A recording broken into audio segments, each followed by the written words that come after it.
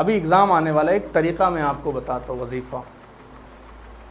اگر آپ چاہتے ہیں کامیاب ہونا اگزام میں، تو جب اگزام کا دن رہے گا نا آپ کو، تو یاد رکھیے گا سب سے پہلے 2 رکعت نفل نماز پڑھ کر کے جانا. اور جب نفل نماز 2 رکعت پڑھ کر کے جائیں گے تو ظاہر سی بات ہے وضو تو ہوگا ہی آپ کا.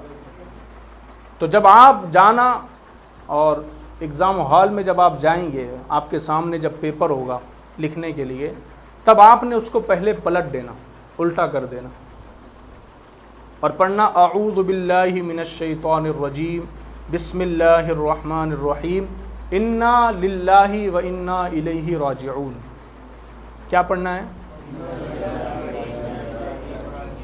پہلے اعوذ باللہ، پھر بسم اللہ، پھر یہ انا للہ، یہ پڑھنا ہے.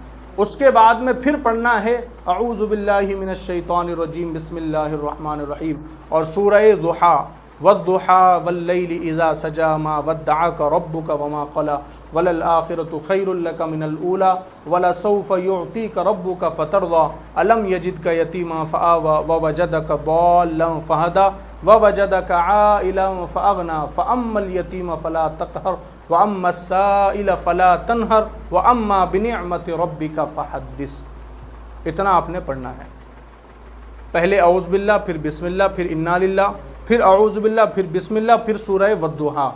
یہ پڑھیں گے اور اس کے بعد آپ پیپر کو پلٹ دینا، سیدھی طرف کر لینا، اس پر بھی پھونک دینا، پین پر بھی پھونک دینا، دم کر دینا جسے کہتے ہیں، اپنے آپ پر بھی دم کر دینا. پھر آپ دیکھیں گے انشاءاللہ آپ کو اللہ اس میں ضرور کامیابی عطا فرمائے. لیکن اسی وظیفے کے بھروسے بیٹھے رہیں گے تو پھر نہیں چلے گا کام. محنت بھی کرنا پڑے گا.